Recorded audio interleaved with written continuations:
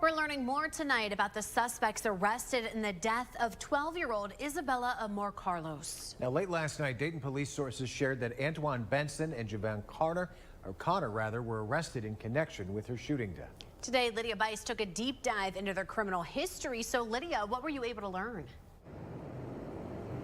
That's right. So we now know that Antoine Benson was actually arrested back in October of 2023, accused of shooting into a car that had 2 women and a 1-year-old baby inside. Now, that case was later dismissed from Dayton Municipal Court, but he did plead guilty to failure to comply with officers after trying to get away from them.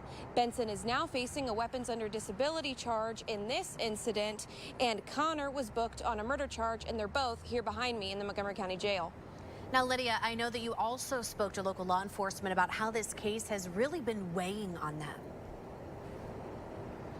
That's right. Sergeant Kyle Thomas, the Dayton Fraternal Order of Police president, told me today that incidents and tragedies like these weigh on our city's officers' minds forever.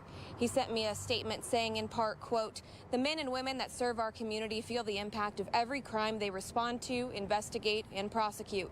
They carry a portion of the sadness and grief that the victims, their families, and the community experience."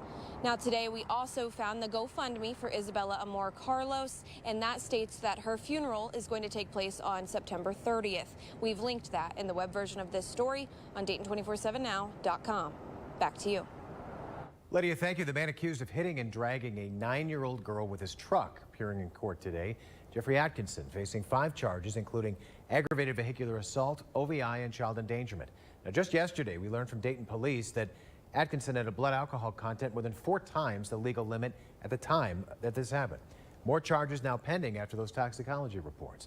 A continuance was granted today, so he's due back in court on September 12th. Well, the man charged in connection with the deadly hit and run that killed a 14-year-old girl in December of 2023 died in jail, and the case has now been dismissed. Riverside police say Jared Koger hit Brianna McCarthy on Woodman Drive. Now, you're taking a look at photos from her family that they've given to us.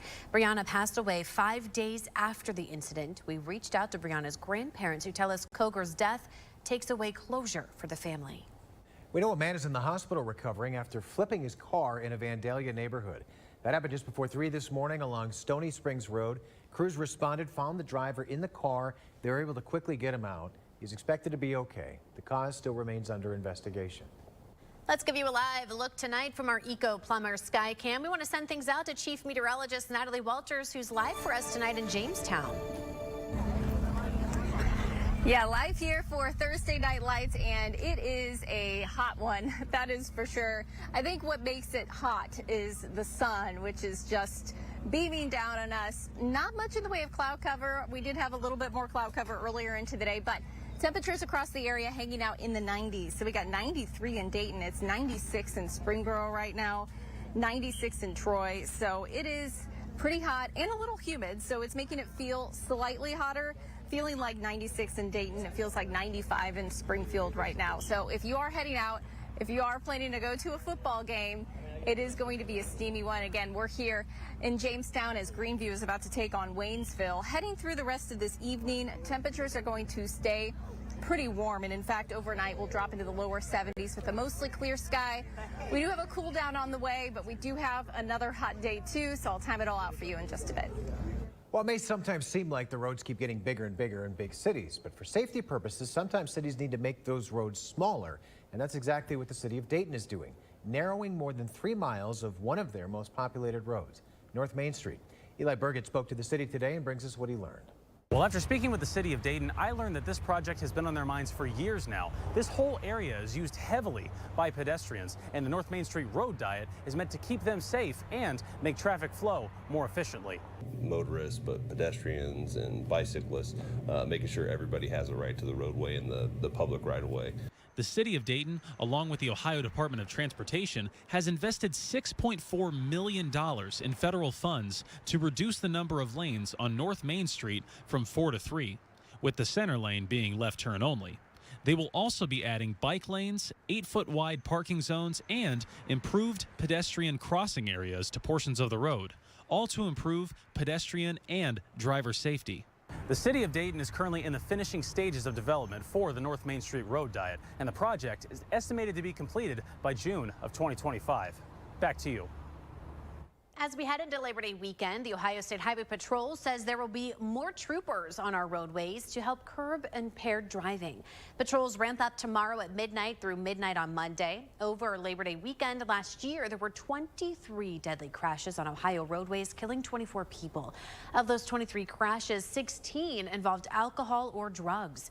Now, the drivers are encouraged to dial pound 677 to report any impaired drivers or drug activities on our roadways. A mass food distribution held today at the food bank at the Nutter Center. The distribution free for residents who need food assistance. Today, attendees got a car full of fresh produce, canned goods, and other grocery items. The distribution had special partnerships with Sixa and Dolly Parton's Imagination Library, where pet food and children's books were also handed out. Now, organizers say today's distribution has more attendees than they've seen in previous ones.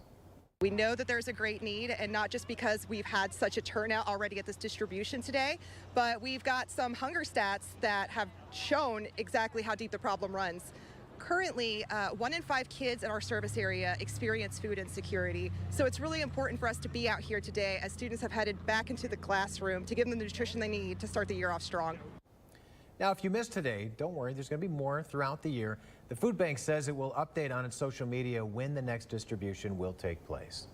Dayton Public Schools now has a routine mobile health unit to service the district. A ribbon cutting was held today to unveil the unit. The mobile health unit is a fully functional health clinic that'll service students and staff in the district. It can also provide routine physicals, asthma treatment, and prevention, among other services. The district says this will help provide DPS families exceptional medical care. It fills the gap. Some of our students don't have primary care providers. They don't have a health care provider, a medical home, and we can, see the students go to where they are. And we have a health care provider, a pediatric nurse practitioner on the unit who can help fill those gaps in their medical needs. Now, the unit visits all the schools in the district regularly throughout the year. COVID-19 cases are back on the rise. That's according to the Ohio Department of Health. In the last month, we've seen a rise in cases from 3,000 to 8,000 cases a week. Now, Dr. Bruce Vanderhoff says though there is a rise, we aren't seeing levels near what we saw over the winter.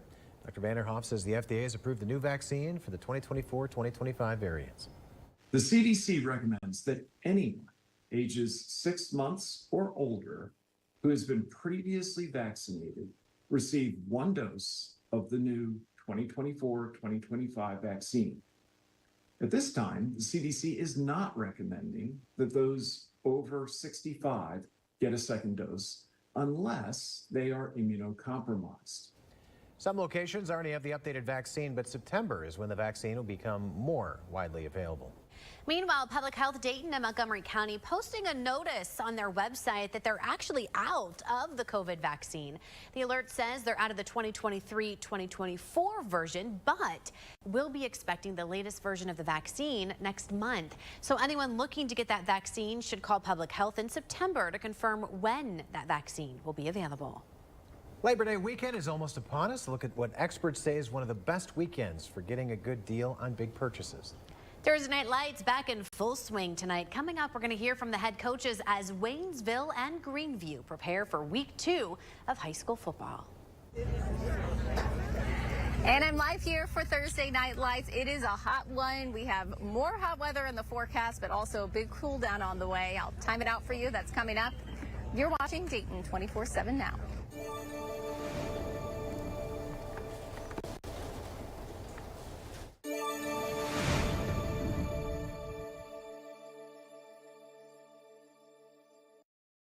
The Sports Desk is sponsored by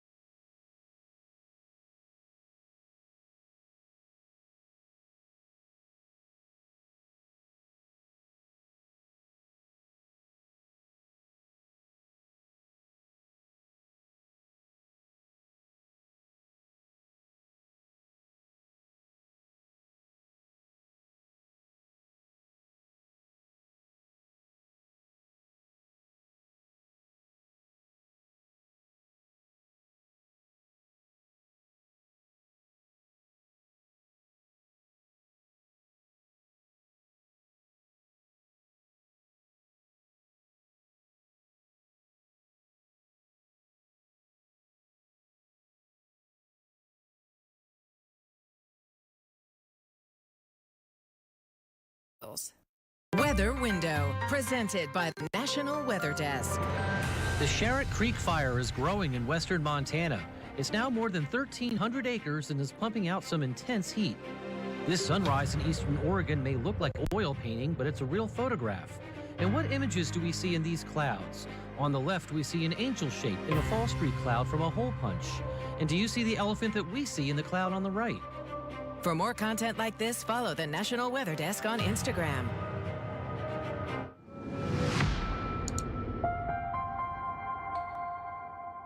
Labor Day is just really a few days away, and with many households running on tight budgets, we wanted to get you started on how you can actually save for your Labor Day shopping plan. The National Desk's Janae Bowens has details on how to make your dollar stretch.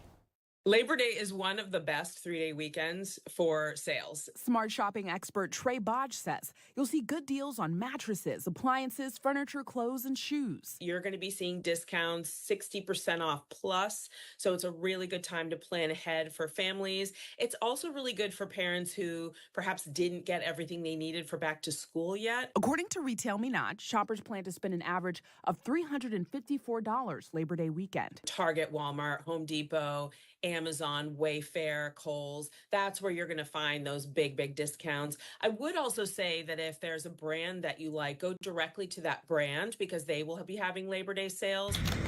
If you need help deciding whether to shop online or in person, here are a few things to consider. Online shopping allows an ease to saving. So you can do more price comparison.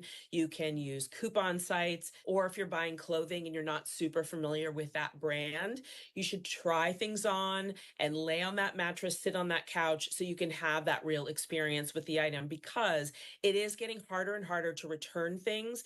Return fees are back in a real way. And so you should really get there in person. A new Bankrate survey shows 74% of Americans think inflation is erasing their hard work, but at the same time, the majority think Labor Day sales offer good deals. I'm Janae Bowens reporting. Well, it is a very hot Thursday night lights here as we're in Jamestown. Greenview is about to take on Waynesville, and they are practicing on the field. Kickoff is in about 58 minutes from now, but it is hot. As I mentioned before, the sun is beaming down on us. I will say humidity is not terrible, but you definitely are feeling that too. Here's a look at what we're tracking in our forecast, though, because we are tracking that heat as well as that humidity in the forecast as we head into these next several days. But as we head through time, we also have some storm chances that return.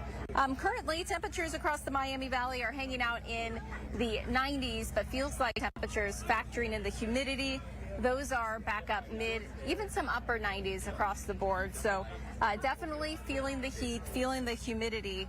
As far as what we are tracking heading through time, though, we will be looking at a chance for some storms. And in fact, we do have a level 1 threat for severe storms looking into the day tomorrow, as we could see a storm fire up late into the afternoon and evening hours. And that storm could bring the potential for perhaps some damaging wind gusts across the area. So we'll monitor that closely. Our overall risk is pretty low. But heading through time, you can see that we stay quiet overnight. We'll be quiet through most of the day tomorrow, but moving into the longer term by late tomorrow evening and then into our Saturday, we start to see those rain and thunderstorm chances begin to develop across the area. So we will begin to see those storm chances increase. Early Saturday does look to be the best time for some of that rain and perhaps a few thunderstorms. But then we got some nicer weather that returns. Less humidity does make an arrival by next week. So we'll have a look at our 7-day coming up here in just a bit. A story now from our partners at the Dayton Business Journal. A longstanding pub in the Oregon District will soon open its second location. The Dublin Pub will be expanding into Huber Heights on Executive Boulevard near the Rose Music Center. Huber Heights announced the new location during Monday's City Council meeting. The new restaurant will be called Dublin 7, and that new location is expected to have lasting impacts on the economy with being right next to the Music Center. Dublin 7 is expected to open late next year or early 2026. And we have more information at Dayton247now.com. This story and others like it are under the Dayton Business Journal heading in the News tab. Well, we're now into the second week of high school football, but that sport and others are now facing an increasing shortage of officials. James Pilcher is looking into the growing problem. It's a problem across the tri-state and across several sports, but especially football. Those within the officiating community say there are a variety of reasons for it.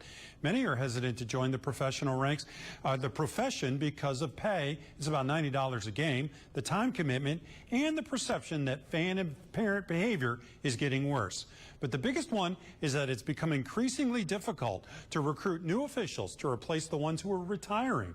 I heard reports of those in their 70s and 80s roaming the football fields, keeping up with 17 and 18-year-olds. Doug Ayers has been a high school football official for 32 years, and he's secretary-treasurer of the Southern Ohio Football Officials Association. He says the number of active officials is down as much as 27% in the region since 2018. Our biggest problem with getting new officials is getting them, but retaining them. Trying to get them, we've looked at statistics and getting them beyond that third year. If you can get them beyond the third year, they usually hang and they want to stick and do it. Now, I also talked to officiating directors at the state level who say they're working to make training more accessible online, making it more convenient to become an official, because training can take hours of prep time and has previously been done in a classroom. Back to you guys. All right, time now for the Bob's Discount Furniture Sports Desk. Tonight, week 2 of Lee's Thursday Night Lights. The crew is in Greene County as Greenview hosts Waynesville. Matt Digby's going to call that game. He's live from the field in Jamestown. It goes without saying both teams coming in tonight expecting a big win.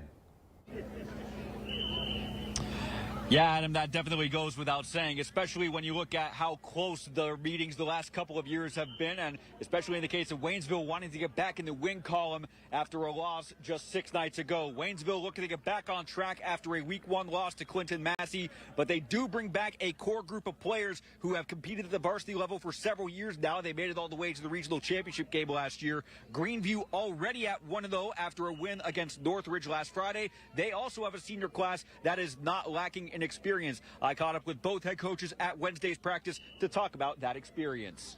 We return a lot of experience from the past, but still we have enough guys out there that were under the Friday Night Lights for the first time that that have to gain that experience and to start off against a great opponent like that, that you don't really have any room for error. I think we played with emotion early on, but we were a little bit tight early on. I think once we settled down at halftime and started playing with some more, again, kind of the key word is technique, which those things are all coachable, right? This was one thing I talked to the guys on Saturday morning watching the film is, man, everything we're watching is fixable.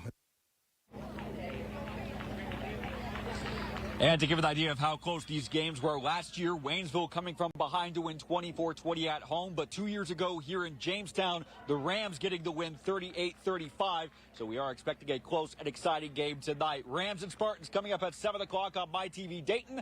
We'll send it back to the folks in the studio. We'll have updates from Jamestown throughout the night. Live in Jamestown, I'm Matt Digby. Matt, thanks. Each week, we highlight a local matchup between schools across the area. We're going to be broadcasting tonight's game over on MyTV Dayton. That's over the air on 22.3 or Spectrum, Channel 24. You can also catch up on the best plays tonight at 10 and 11. And stay tuned for each week for a different matchup. Next week, we'll be out in Clark County as Miami East takes on Northwestern. As we profile teams on the field, we're getting to know the community off the turf. We're going to have a look at what makes the Jamestown community so special. You're watching Dayton 24/7 now.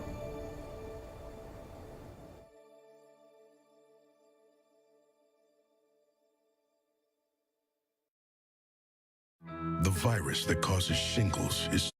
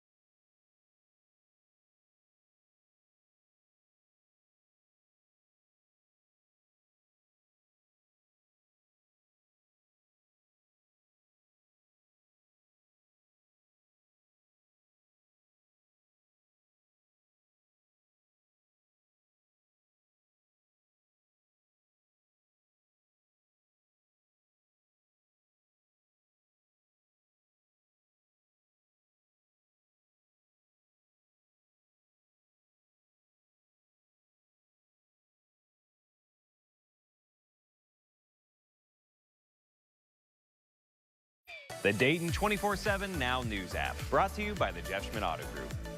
Well, as we highlight teams on the field each week during Thursday Night Lights, we want to shine the light on the local community surrounding the team. Since tonight's game is in Greenview, we sent Tej Joshi out to get to know the Jamestown community off the turf.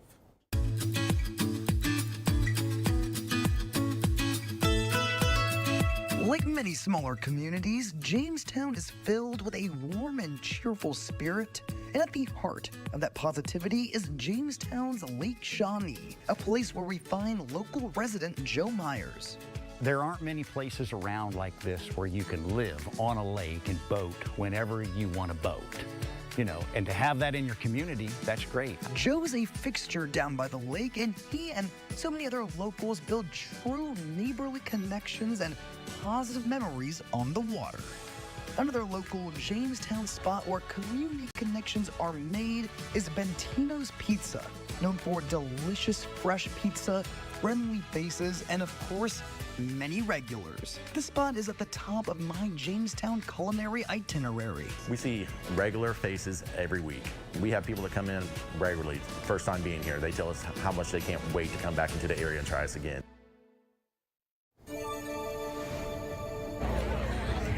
And you know, I just want to give Tej some props. He's been here since after 7 a.m. and he's going to be here through the game too. And it's been a hot one, but he's been staying cool. I hope you all are staying cool. Good news is we got some nicer weather to look forward to in the longer term. Temperatures do start to cool off back into the upper 70s, which will be a nice change from what we've had here recently.